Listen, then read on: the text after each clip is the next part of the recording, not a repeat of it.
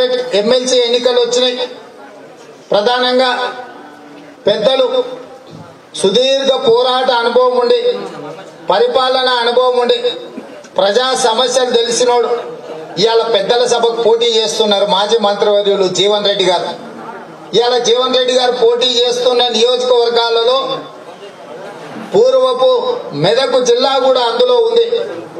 ఈ ప్రాంతంలో చదువుకున్న పట్టభద్రులందరూ కేసీఆర్ కు గుణపాఠం చెప్పాలంటే పెద్దలు జీవన్ రెడ్డి గారిని అఖండమైన మెజారిటీతో గెలిపించాలి.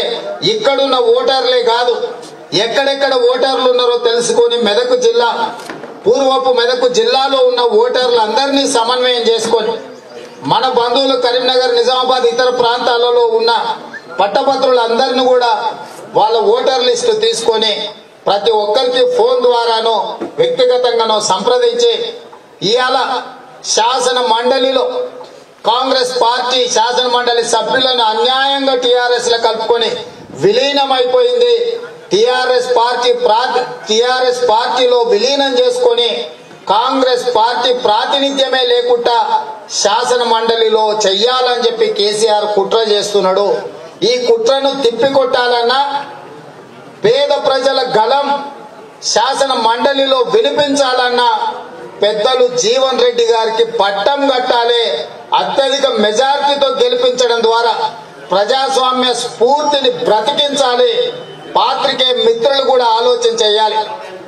ఎన్నికలలో గెలవాలనుకోవడం తప్పు కాదు, ఎన్నికలలో గెలిచి ప్రభుత్వాన్ని ఏర్పాటు చేయాలనుకోవడం తప్పు కాదు. కానీ చట్టసభలల్లో కాంగ్రెస్ పార్టీ నుంచి ఎన్నికైన ప్రజాప్రతినిధులను తన పార్టీలో చేర్చుకోవడమే కాకుండా పార్టీ విలీనమైందని రాజ్యాంగానికి విరుద్ధంగా కాంగ్రెస్ పార్టీని కలిపేసుకున్నాని కేసీఆర్ దుర్మార్గంగా వ్యవహరిస్తుంటే టీఆర్ఎస్ పార్టీకి గుణపాఠం చెప్పాల్సిన బాధ్యత ప్రజల మీద ఉన్నది. ఇవాళ జీవన్ రెడ్డి గారు గెలిస్తే జీవన్ రెడ్డి గారికి వచ్చే ప్రయోజనం ఏమీ లేదు. జీవన్ రెడ్డి గారు చూడని పదవులు కాదు, ఎమ్మెల్యేగా చేసిండు, మంత్రిగా చేసిండు, పార్లమెంటు సభ్యుడిగా కేసీఆర్ మీదనే పోటీ చేసి కేసీఆర్ చావు తప్పి కన్నులొట్టబోయింది అనుకునే పరిస్థితి కల్పించిన, పోరాటం చేసిన నిబద్ధత కలిగిన వ్యక్తి జీవన్ రెడ్డి గారు.